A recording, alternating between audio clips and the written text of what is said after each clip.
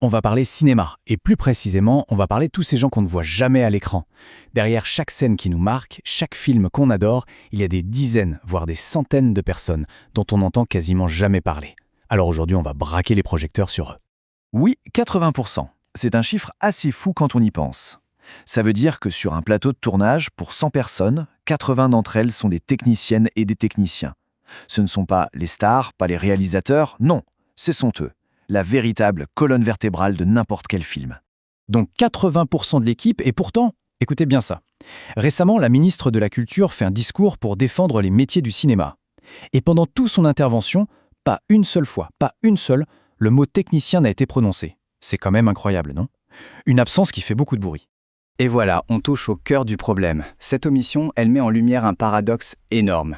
C'est que celles et ceux qui fabriquent littéralement les films, qui construisent l'image, eh bien ils se sentent complètement invisibles. C'est ça le grand conflit, la réalité de leur travail et le manque criant de reconnaissance. Alors, de qui on parle exactement quand on dit technicien? Attention, on ne parle pas juste de personnel qui exécute des tâches. Non, non. On parle de directeur de la photographie, d'ingénieur du son, de chef décorateur. Bref, de vrais artistes, de collaborateurs essentiels à la création. Soyons clairs, sans eux, le film n'existe tout simplement pas. Alors face à ce sentiment d'invisibilité, qu'est-ce qu'ils font? Ils baissent les bras? Pas du tout. Ils s'organisent. Et ce qui est intéressant, c'est que le mouvement ne part pas de Paris. Non, ça commence en région, dans le sud de la France, là où ils sont en train de faire bouger les lignes et de casser les vieux clichés. Et l'un des exemples les plus forts, c'est cette association, l'ART, pour Association régionale des techniciens du Sud-Est. Et attention, ce n'est pas juste un petit club d'amis, c'est une véritable force de frappe qui est en train de complètement changer la donne sur la production de films en région. Et là, on voit bien la différence entre le cliché et la réalité. Le cliché du technicien de province, c'est le type sympa qui connaît les bons restos et les meilleurs sentiers de rando. Mignon, mais complètement dépassé. La réalité, c'est l'ARTS. 1000 professionnels capables de staffer 10 tournages en même temps sur des films primés. On n'est plus du tout dans le folklore, là, on est dans l'excellence professionnelle. Et le point crucial, c'est que faire appel à ces équipes locales, ce n'est pas juste pour faire joli ou pour la bonne conscience, c'est une décision stratégique. C'est un gain économique. Moins de frais de transport, de logement. C'est un gain écologique. L'empreinte carbone est bien plus faible. Et c'est un gain d'efficacité, parce que ces équipes se connaissent, elles ont leurs habitudes. C'est gagnant sur tous les plans. Bon, l'action locale, c'est super important, on l'a vu. Mais le combat, il ne se mène pas qu'en région. La bataille pour le respect et la reconnaissance, elle se joue aussi et surtout au niveau national. Et ça se passe autour de la table des négociations. Et là, les acteurs clés, ce sont les syndicats, notamment le SPIAC-CGT et le SNTPCT. C'est eux qui sont en première ligne pour porter la voix des techniciens. Leur rôle, c'est de négocier ce qu'on appelle les conventions collectives. En gros, ce sont les règles du jeu qui fixent tout, les salaires minimums, les horaires, les conditions de travail pour toute la profession. Et voilà un aperçu des sujets chauds sur la table en ce moment.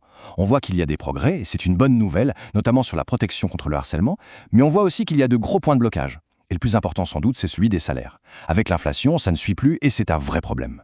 Pour prendre un exemple concret où ça avance, regardons la lutte contre les violences et harcèlements sexistes et sexuels, les VHSS. C'est un sujet énorme. Et là, grâce à la force de la négociation, des choses très concrètes ont été mises en place. Plus de personnes référentes sur les plateaux, une meilleure protection pour les mineurs et une meilleure intégration des coordinateurs d'intimité. Ce sont de vraies victoires. Mais attention, on pourrait croire que c'est juste une histoire de contrat de travail et de fiche de paie. En réalité, l'enjeu est beaucoup, beaucoup plus grand. Ce qui se joue en ce moment, ce n'est pas juste des conditions de travail. C'est la survie de tout un modèle, de tout un système qui fait que le cinéma français est, le cinéma français. Parce que ce système, il ne sort pas de nulle part. Il ne nous a pas été offert sur un plateau d'argent. C'est le résultat de presque un siècle de combats sociaux et syndicaux. Ça a commencé dès 1937 avec le premier syndicat, puis avec la création de la CST pour garantir la qualité, et bien sûr, la grande bataille pour mettre en place le fonds de soutien du CNC. Et la pierre angulaire de tout ça, c'est le CNC, le Centre national du cinéma. C'est lui qui gère le fameux fonds de soutien, qui finance une bonne partie des films français. C'est ce qui permet d'avoir une diversité de création incroyable. Et ce modèle, il est quasiment unique en Europe. C'est une vraie exception culturelle que beaucoup de pays nous jalousent. Le problème, c'est que tout cet héritage, tout ce système patiemment construit est aujourd'hui menacé. Et la menace est politique. On a vu récemment une proposition de loi du Rassemblement national qui visait ni plus ni moins qu'à supprimer le CNC. Ça mettrait en danger tout l'écosystème du cinéma français tel qu'on le connaît. Alors face à une menace aussi directe, comment réagir? Eh bien, il n'y a qu'une seule réponse possible, et c'est la solidarité. Aujourd'hui, on sent un appel très fort à l'unité qui se propage dans toute l'industrie du cinéma. Le mot d'ordre est simple mais puissant. L'union fait la force. C'est devenu le cri de ralliement. Parce que tout le monde a compris que s'ils restent chacun dans leur coin, ils sont vulnérables. C'est seulement en se serrant les coudes, techniciens, artistes, producteurs, qu'ils pourront défendre ce qu'ils ont construit. Et ce qui est remarquable, c'est que cette union, elle dépasse largement le cadre des techniciens. Ce n'est pas juste eux contre le reste du monde. C'est une immense coalition qui est en train de se former. Ça inclut les artistes, les comédiens, les associations régionales, les syndicats nationaux et même les étudiants, la nouvelle génération. En fait, c'est tout le secteur de la culture qui se met en mouvement. Et c'est là-dessus qu'on va se quitter, sur cette question, qui est finalement assez vertigineuse et qui concerne l'avenir d'un des cinémas les plus importants du monde. La question est la suivante. Le cinéma de demain, est-ce qu'on va le construire tous ensemble ou est-ce qu'on risque tout simplement de ne plus le construire du tout ?